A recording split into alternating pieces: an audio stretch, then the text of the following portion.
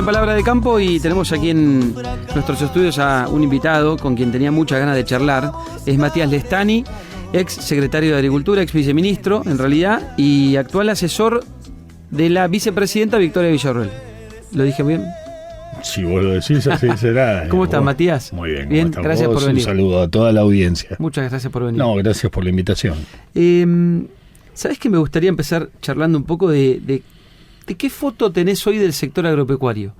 ¿De qué diagnóstico haces de una enorme cantidad de situaciones que se están dando?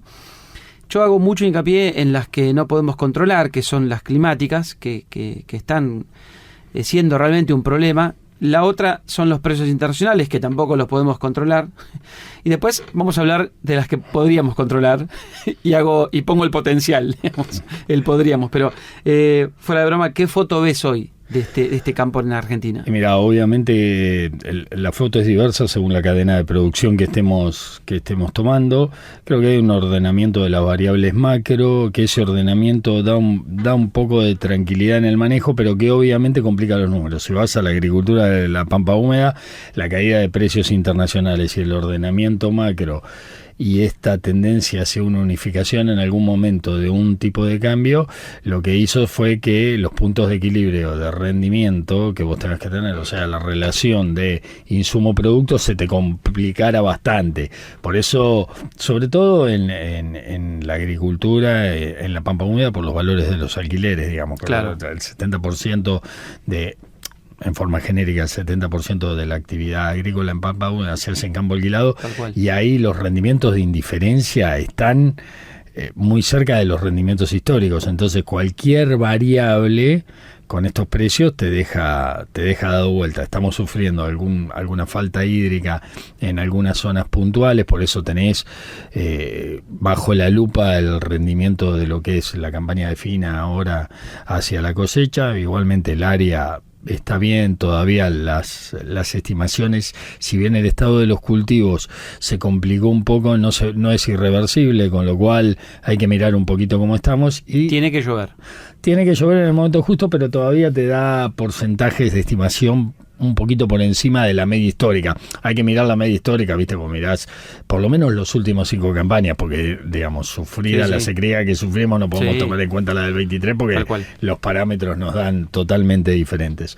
Entonces, bueno, sacando eso, lo que veo es un reacomodamiento de la carne, digamos, para los productores de carne y de leche parecería estar un poco mejor las cosas. Las regionales están un poco más complicadas por este reacondicionamiento económico de las condiciones macro, que en definitiva es un proceso que creo que están viendo y que tiene que llegar. Después hay que ver cómo se para la producción con respecto a esto. Ahora, indudablemente esos precios internacionales pegan directo en la recaudación, aunque si la mirás se viene ejecutando con algo de delay la liquidación, pero en los números totales estamos más o menos parejos con las recaudaciones históricas promedio para esta época o con el proyectado que teníamos para este año. Qué lío que se hizo con eso en un momento del año, de este año. En un momento se decía mucho, el agro está liquidando un poco menos, salían sistemáticamente algunos dirigentes a explicar que no.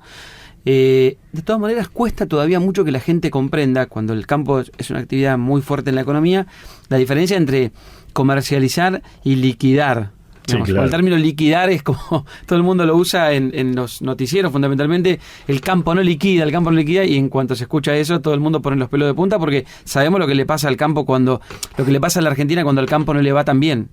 Indudablemente, creo que, pero tiene que ver un poco con no entender las reservas estratégicas que utiliza la actividad agropecuaria, ¿no? En ese sentido. Hay un carryover de mercadería siempre, se puede haber un delay, pero que se compensa durante la campaña. Mira, esto es simple.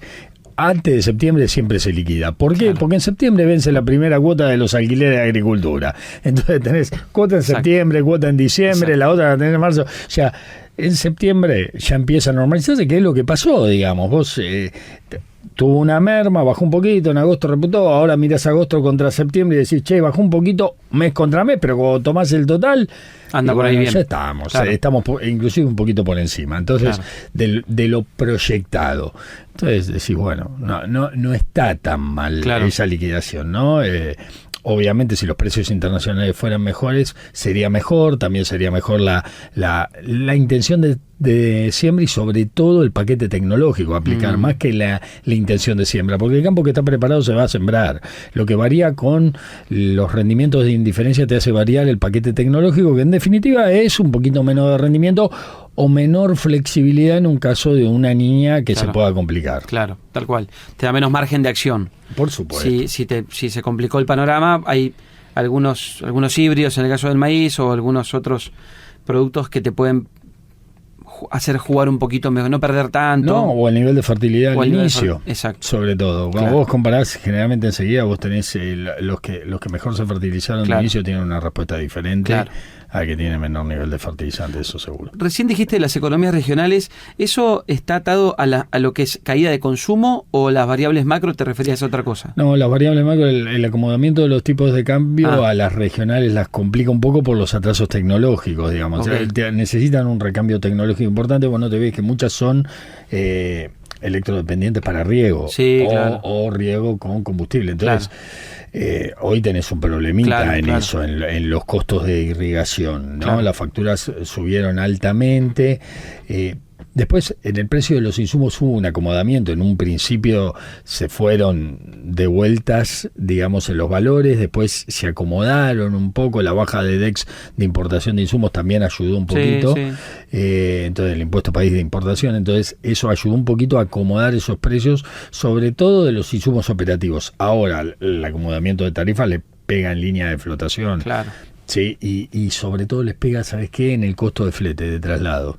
Claro. Las regionales, el costo son los dos de temas flete, de energía que te matan. Claro, el costo de flete las cocina, digamos, y eso las complica mucho y les quita competitividad.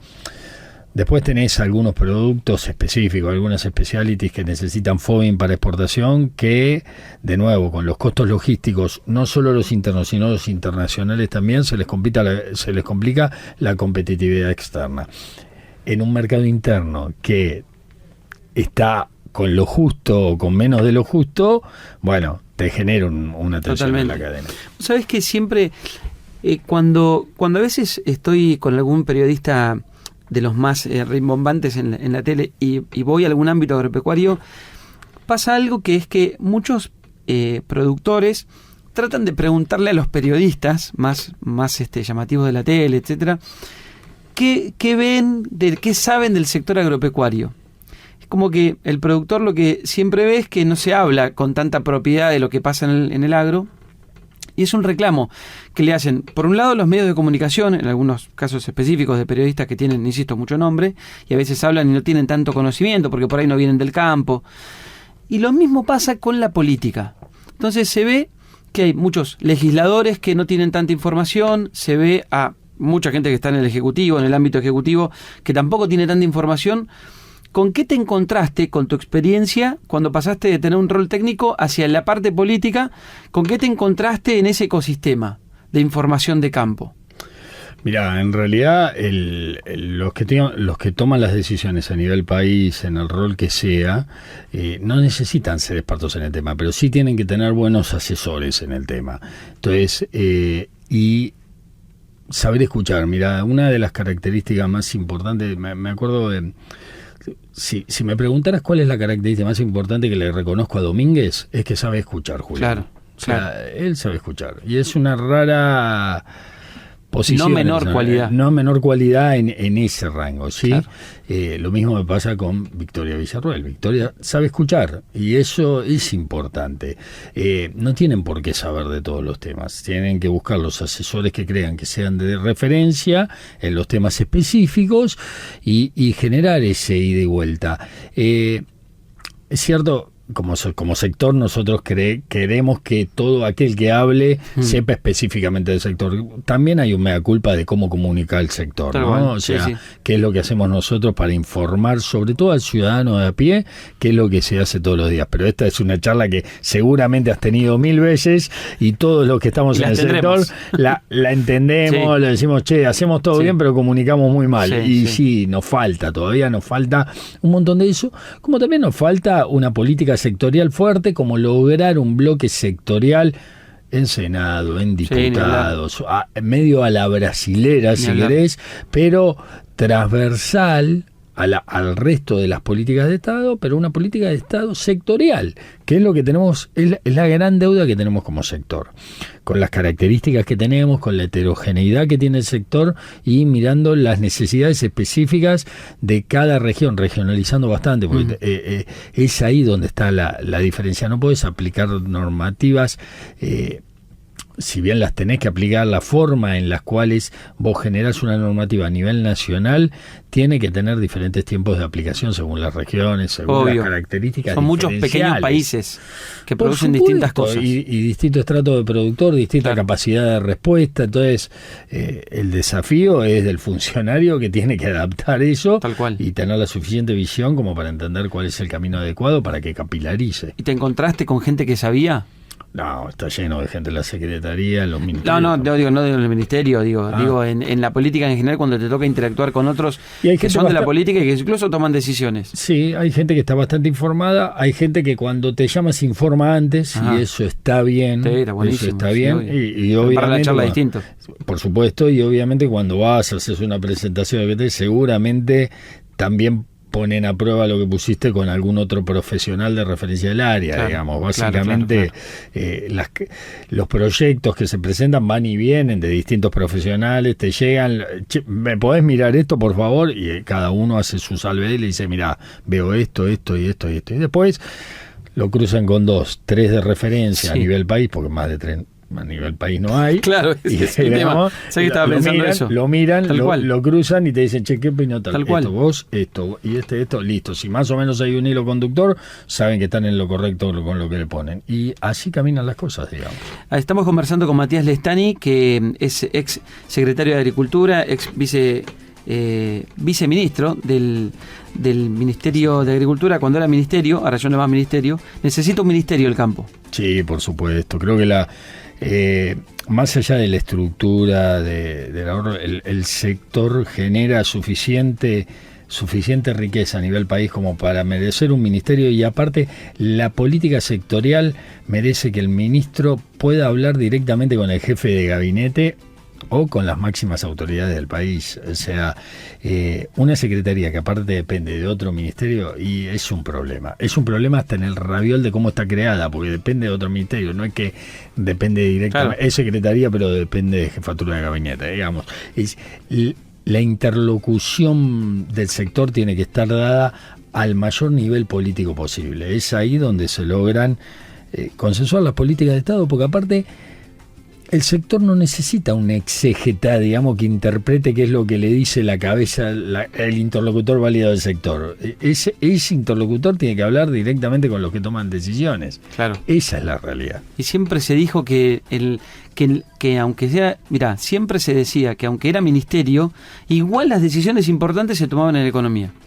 Puede ser, pero el ministro podía hablar con el otro ministro de par en par, y con el jefe de ministro de par en par, y con el vice y con el presidente, o con la vice y con el presidente de par en par. Claro. Y eso es lo importante, que puedan escuchar sin interpretaciones de otros, que el canal esté directo y que pueda llegar, porque primero que el sector se lo merece, porque es el único motor fuera de borda que está funcionando. O sea, llegarán inversiones, estará Vaca Muerta, estará la minería, pero todo estará todavía. Claro. O sea, todo tiene que estar. El campo está. Hasta que esté operativo todo eso y genere un reemplazo como para que este motor que está tirando pueda aflojar un poco la marcha, llegar en algún momento una baja de DEX, porque las otras economías empiezan a aportar, o las otras cadenas empiezan a aportar, mientras tanto ese sector merece ser escuchado y merece tener esa línea directa institucional, más allá de que uno o dos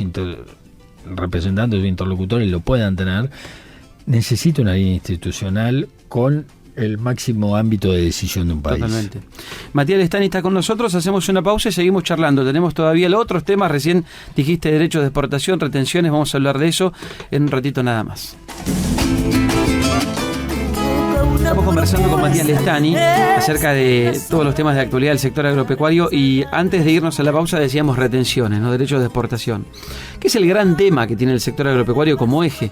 Diría yo que es una de las preocupaciones más importantes. Antes de meternos en derechos de exportación te pregunto, ¿es verdad, como se dice en el sector, que la brecha es peor que las retenciones? Sí, la brecha pega más que las retenciones, digamos, a la hora, como ahora, fíjate, esta mirada genérica, la brecha es peor que las retenciones si se expande en el tiempo y si se habla y si no tenés un dólar diferencial para tu producción. Claro.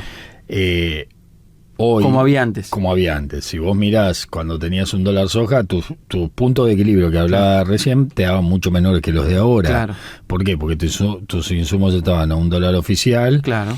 Y el alquiler y tu grano estaban en otra componente, ¿no? Ahora bien, lo más lógico es unificar los sistemas y que haya cierta tranquilidad en el sistema. Todo este proceso obviamente llega a esto que te dije, a tener menores, hoy tener mayores puntos de equilibrio, con lo cual más complicado a la hora de tomar la decisión de siembra y del paquete tecnológico. Claro. Ahora, siempre que hay brecha es peor. Primero resolvés la brecha, después tenés que ir caminando en los derechos de exportación. O sea, si lo tenés que priorizar como productor, te digo, bueno, veamos la brecha y ahora vamos. Ahora, el problema que se dio es que hay un ordenamiento cambiario, si vos querés, y a la par nos pegaron una baja de los precios internacionales. Entonces se dio una componente bastante ciclónica, como diciendo, che, estamos de nuevo con mi analogía del velero, vamos y vamos una tormentita. Claro. O sea, ¿cómo la pasamos? ¿Por qué? Porque se juntaron dos cosas. Entonces, en realidad tres. Venís también con un agotamiento financiero de 3 campañas que fueron malas, porque a mí por más que me digas, che, la última fue de terror, totalmente de acuerdo, la última fue de terror, pero venías de otras dos que venían complicadísimas, que también habían sido malas. La mayoría en papa húmeda, digamos, a grandes rasgos, para generalizar, no me gusta generalizar, pero en capital operativo, los que alquilaban campo y sembraron, retrocedieron 3 campañas. Sí, totalmente. O sea, perdieron por lo menos un 30% de su capital operativo. Caminaron 3 campañas para atrás. Entonces, tan como hace 3 campañas atrás en capital operativo, y tienen que volver a alargarse. Indudablemente, si hay un ordenamiento macroeconómico y una estabilidad macroeconómica, da tranquilidad a la hora de la toma de decisión.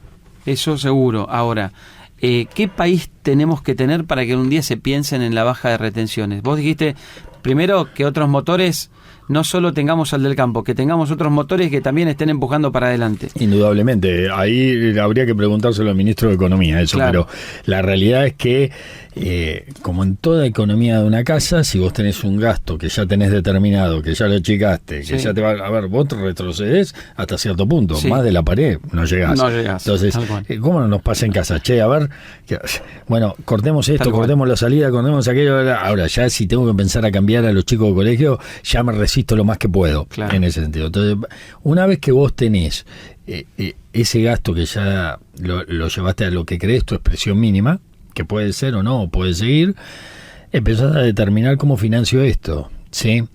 Yo lo que creo es que todos los programas de estímulo de inversión, el RIGI, o el RIGI, como dicen algunos, en realidad es RIGI, no RIGI, pero bueno, escrito,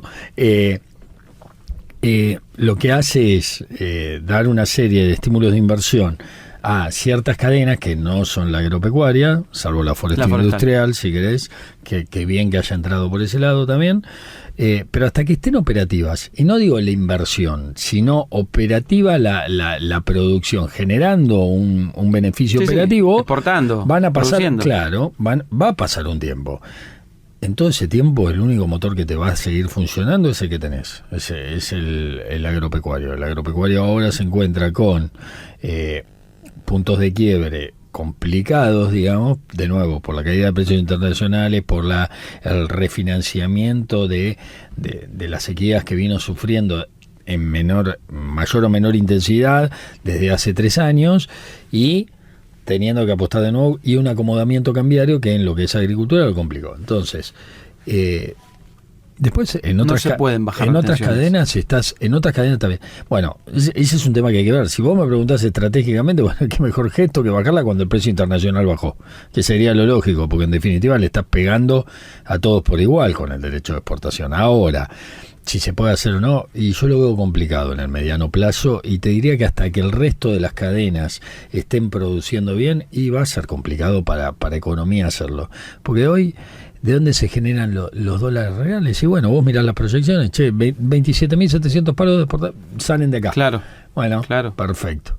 Y ya ahí es donde tenés que ver cómo se articula. Entonces, en el corto plazo no lo veo, creo que tampoco lo ve economía, más allá de gestos puntuales como ha sido el de lechería, que ya venía de la gestión anterior y que celebro que se haya renovado, digamos, esa eliminación de derecho de exportación para la lechería, algunos perfiles de exportación de carne, habría que avanzar en el resto. Entonces, ir caminando de a poco, ir viendo. Lo que te pasa en granos a la par es que tenés que, la estrategia de baja de derecho de exportación también la tenés que pensar, porque no podés favorecer un cultivo más que otro, tenés que ver cómo pegan las cadenas de integración. No te olvides que Macri la sacó un día para el otro el maíz y todo, y generó un revuelo interno. Un revuelo interno, un boom de siembra también de intención de siembra, por eso, pero es por eso que tenés que ir acomodando. Hacerlo estratégicamente y ir viendo cómo vas escalonándolas. Que lo importante es tener claro cómo vas a hacer ese camino, ¿sí? Entonces, cómo le vas a dar un valor adicional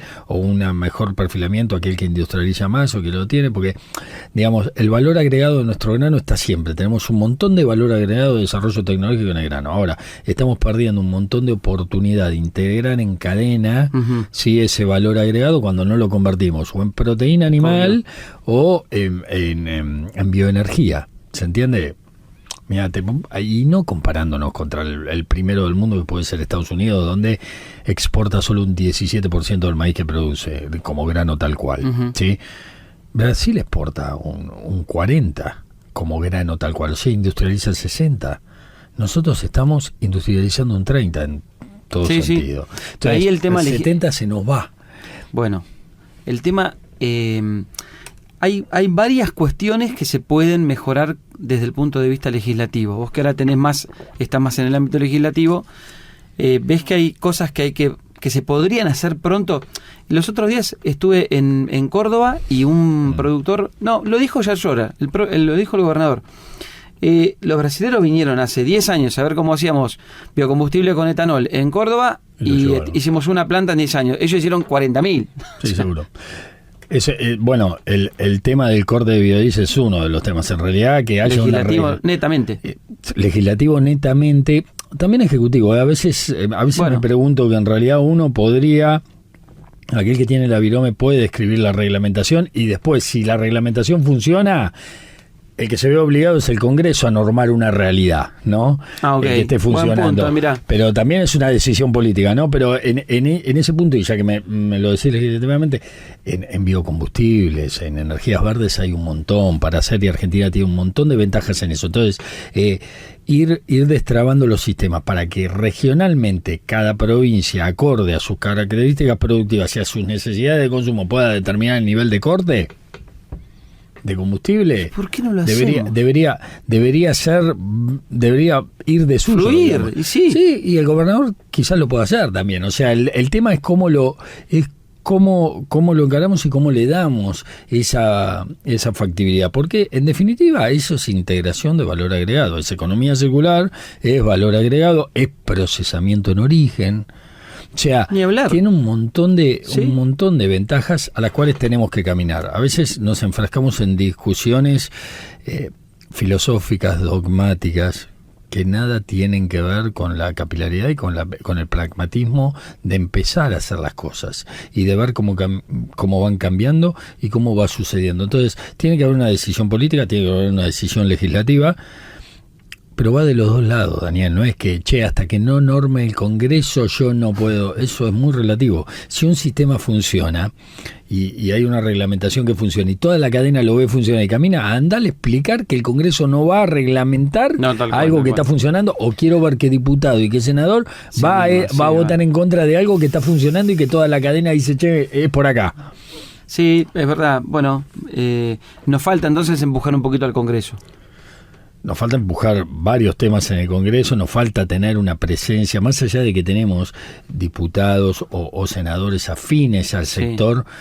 Hay una liga energética también. Claro, nos falta un bloque sectorial transversal a los partidos, porque ese es uno de los problemas que tenemos, transversal a los partidos, donde a la hora de la política sectorial, miren muchachos, y que las comisiones de agricultura de ambas cámaras funcionan resolviendo temas, efectivamente. O sea, hay que empujarlos, hay que hacerlos caminar, hay que hacer las pruebas piloto en último caso, si no se está seguro, claro. Pero hay que intentarlo. Pues si no, estamos siempre en la dialéctica. No puede ser que la discusión del sector sea solo el derecho de exportación. Porque no es solo eso. Hoy casi lo es. Bueno, pero ese es un problema, porque el sector no puede resumirse tan simplemente a derechos de exportación, que tienen que bajarse, que no desacomplan precio en las cadenas y que hay un montón de integración y que son una herramienta de recaudación. Totalmente de acuerdo, estoy con todo eso. Ahora, resumir el sector agropecuario solo eso es una falacia, digamos, en algún tema. Es una mirada muy reductivista de lo que es el sector, de las potencialidades y de las necesidades de cada tipo de cadena en cada región. Sí.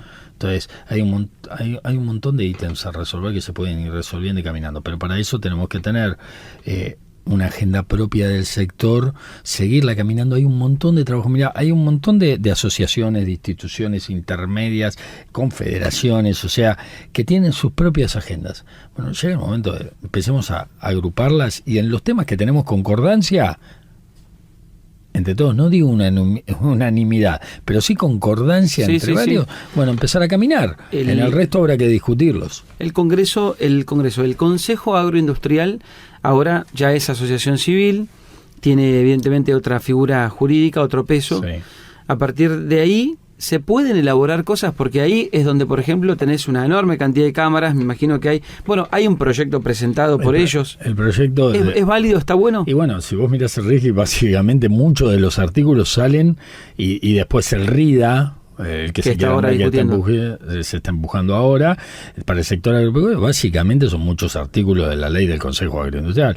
La ley del Consejo Agroindustrial fue un lindo ejercicio, me tocó participar como técnico, fue un lindo ejercicio de concordancia entre distintos eslabones de las cadenas y el gobierno, y tratando de buscar el óptimo. No el óptimo para cada eslabón, porque eso es imposible, pero sí el óptimo para el sistema en conjunto. Claro. Entonces, obviamente cada eslabón tuvo que ceder un poquito, pero lo que le sirve al sistema en conjunto es lo que, en definitiva, es lo que hay que hacer. Entonces, yo creo que el consejo fue, para todos los que participaron, fue un gran sistema. Ahora, hay un montón ahí para trabajar de leyes y de proyectos de ley que están basados en esa ley, están esas leyes todavía, están dando vueltas, pero tenés un montón de proyectos disgregados de eso, de diferentes artículos que están dando vueltas y que se pueden ejecutar, digamos, y eso es lo que hay que hacer. No tienen costo fiscal, se pueden ejecutar, vos decís, se pueden hacer. Bueno, realmente. A ver, vamos a hablar claro. No tienen costo, la pregunta del costo fiscal es cuándo querés hacer el corte. Si vos me decís en el primer año no tienen costo fiscal, eso es una falacia. En el tercer año no tiene costo fiscal, sí te lo puedo creer. ¿Por qué? Porque en definitiva vos, son inversiones que vas a hacer. Sí. Está bien que la inversión que no se ejecuta no la recaudás en ese principio, ¿no?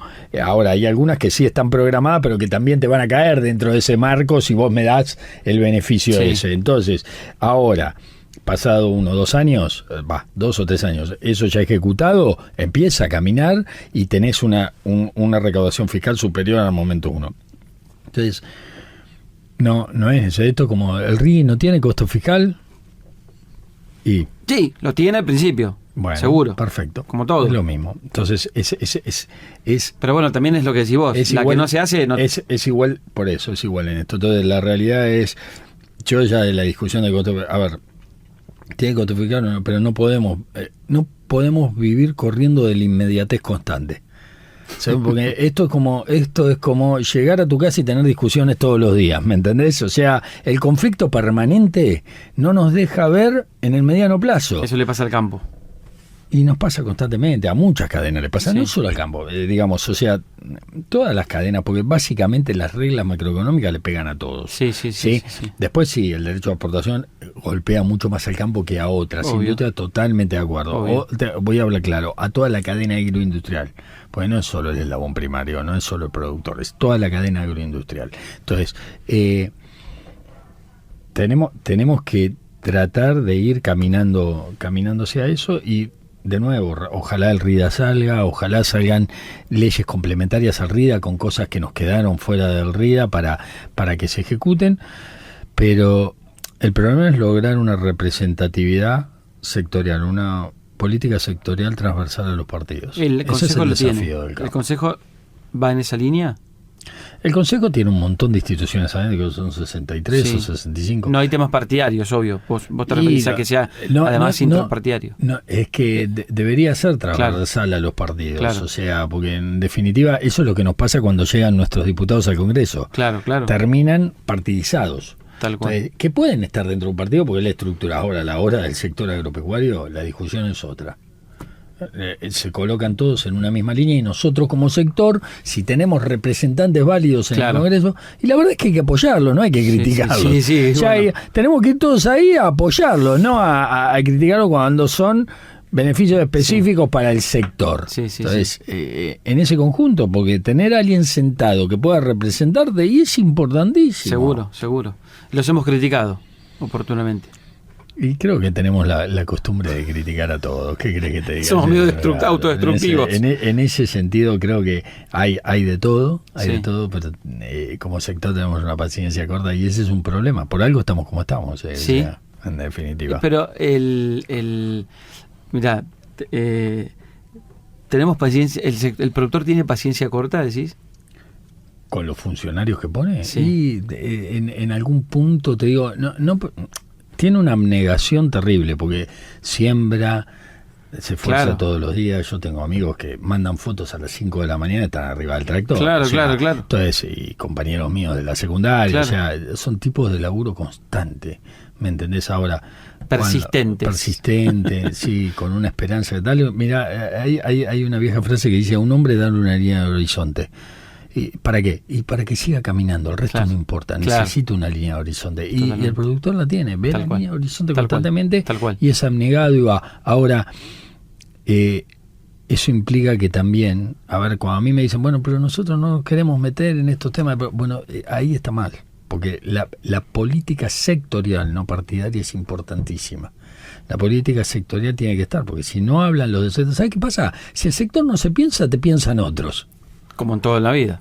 Obvio. Bueno, entonces si vos no te pensás... Y probablemente te piensen como vos te pensabas. Por supuesto. Van a pensarte como ellos interpretan que vos querés que lo piensen, que es otro problema también. O sea, en definitiva, por eso hay que hacerlo, hay que comprometerse, hay que participar y hay que apoyar a los que participan. Si te toca un día jugar con la camiseta, bárbaro. Si te toca otro día estar en el barco de suplente, perfecto. Si te toca llevar el balde de agua, te toca darle la charla técnica, te toca lo que te toque, tenés que estar apoyando. Y eso es lo que tratamos de hacer. ¿Es más complicada la política gremial o la real, digamos, la partidaria? La partidaria. No sé, desconozco la partidaria. Sinceramente, la partidaria me ha tocado que me roce, pero no meterme dentro de eso. Si querés, tenía cierto blindaje de otra forma. Y la política gremial sigue siendo política gremial también. Y también está cruzada por partidaria. Sí, ni hablar. Por eso hay que desacoplar un poco lo que es la política partidaria de la política sectorial. En la política sectorial nos tenemos que poner de acuerdo en cosas y yo creo que cuando se dan las virulencias, los extremos, la gente que grita por gritar o que critica por criticar, ahí estás viendo política partidaria y no estás viendo política sectorial. Tal cual. Entonces, en algún punto en el sector vos agarrás los técnicos de cualquier partido y con respecto al sector no hay tanta diferencia, aunque vos creas que no. Si son técnicos del sector, no hay mucha diferencia. Claro. O sea, no. Casi todos pensamos más o menos que hay lo que mismo, hacer. Hay una vereda, hay matices, hay lo que quieras, pero estamos todos dentro de una misma calle. Claro. Entonces, bueno, el desafío es cómo conducís esa diversidad, porque el hecho de imponer a otro no es el desafío de la conducción, es conducir lo diverso. Los que piensan como vos lo conducís fácil. Sí, obvio. Entonces, el tema es eso. Matías, ¿cómo ves, te hago la última, cómo ves este camino que está transitando el gobierno? Es un camino complejísimo desde que arrancó. Todos tienen herencias pasadas, digamos, cada gobierno que asume tiene la herencia del anterior, que siempre es complicada, por deudas, bueno, todas las cosas que los argentinos ya sabemos y escuchamos 2 millones de veces. ¿Cómo ves este gobierno que tiene la herencia, que además hizo una enorme cantidad de medidas que dijo que iba a hacer y las cumplió, que tiene que ver con recortes, con un montón de cosas que evidentemente la sociedad estaba pidiendo porque por algo fue electo? Uh-huh.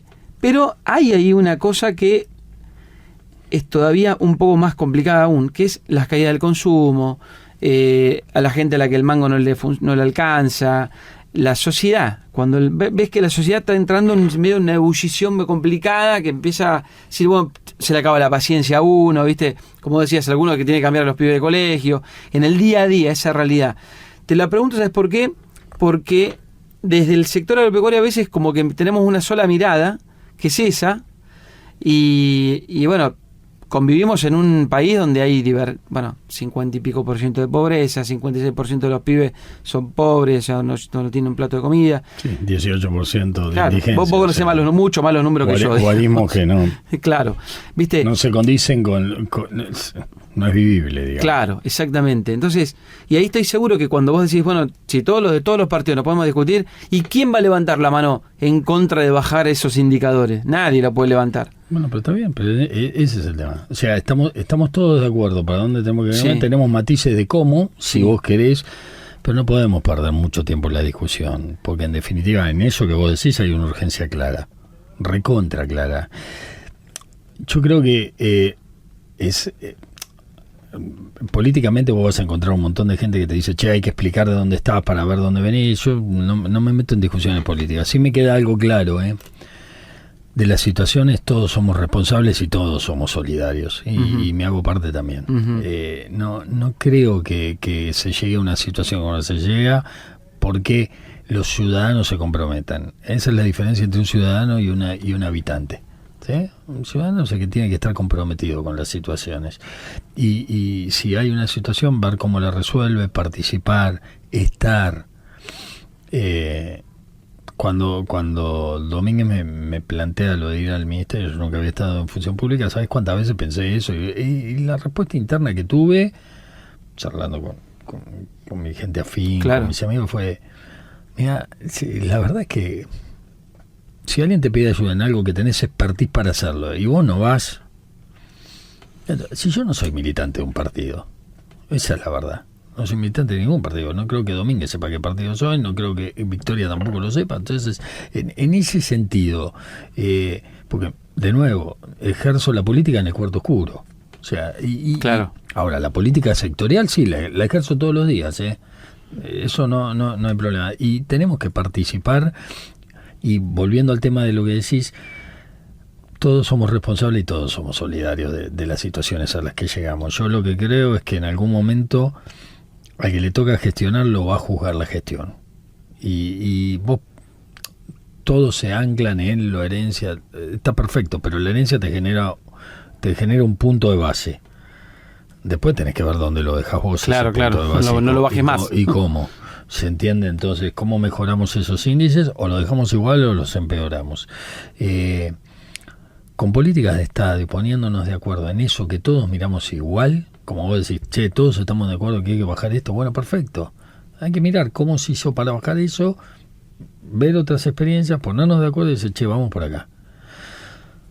Y después, obviamente, son exigibles los resultados, porque en definitiva el que ejerce el voto soberano en algún momento te exige resultados. Sí, obvio. Y la gestión es la que te juzga.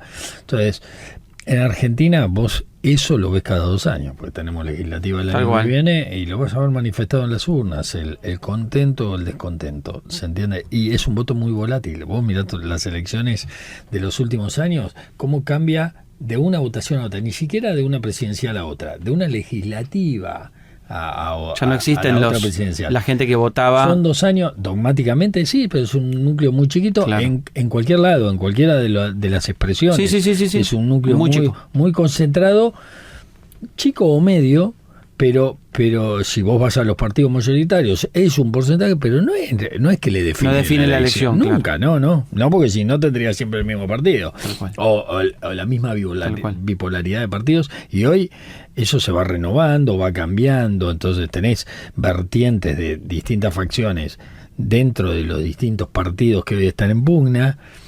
Entonces no hay que estar separados radicales, peronistas, pero está todo, tenés corrientes de todo tipo, en la Libertad Avanza, o sea, tenés corrientes intrínsecas en cada uno. Entonces hay que, yo creo que como sociedad ya estamos con los números que se ven, estamos en un punto donde hay, ¿qué es lo que permite que se pueda hacer quizás eso que vos decís? Votaron esto, se votó esto para tratar de ordenarlo, y es porque llegaste a un punto límite. Claro, obvio. Entonces, ahora hay que ver si es la salida, hay que ver si se llega a concretar. Por el bien de la Argentina, 100%. Cuanto mejor le vaya a los gobiernos, sea el del color que sea, mejor. Por el bien de todos nosotros. Y después, si querés, discutimos sobre los déficits. pero a nadie le cabe duda de que guarda que le está yendo bien en la economía, le tiene que, si le va bien en esto, cuanto mejor le vaya en más áreas, mejor para todos. De nuevo, y bueno, pero están dejando, bueno, bárbaro, después discutimos los déficits, y en los déficits sí votamos en las urnas si querés. Pero nadie duda o sea, querer que colisione un sistema es una locura, porque en el medio está el ciudadano a pie que no tiene la responsabilidad de todo eso. Me quedo con esa frase porque me parece lo mejor, porque se dijo en un momento, que a este le vaya mal. Yo creo que por el bien de la democracia, claro, los gobiernos tienen que terminar, y por el bien de los argentinos tienen que terminar todos lo mejor posible. Todo lo mejor posible. Estamos nosotros adentro de todo ese nosotros, están nuestros hijos, están nuestros viejos, están las personas que queremos. Exacto. Y más allá de los que puedan tener, ya, a ver, como periodistas o como asesores o como políticos, como funcionarios, algo de nivel de injerencia o de decisión. Hay un montón de gente que camina todos los días, se levanta a las 5 de la mañana para ir a laburar, y la verdad es que son los que hacen la Argentina grande y fuerte. Entonces, por el bien de todos ellos, cuanto menos conflictos tengamos, mejor. Entonces, y cuando mejor le vaya un gobierno, perfecto. No quiere decir, viste, la mirada partidaria de, bueno, cuanto antes salgan o cuanto antes se vayan esto o esto. Yo la verdad que nunca la compartí, porque genéricamente estamos todos dentro del mismo barco. O sea, que se le incendie la prueba y nos quedamos en la popa, mira qué bien. Exacto. O sea, nos hundimos igual. Exacto. Gracias, Matías. No, por favor. Por haber venido. Un placer. Gracias por la invitación. Al contrario. Matías Lestani, ex secretario de Agricultura, ex viceministro y además actual asesor en el gobierno de Libertad Avanza con Victoria Villarroel. Un placer haberte tenido en el programa. No, el placer es mío. Muchas gracias y un saludo grande a todos los oyentes. Seguimos.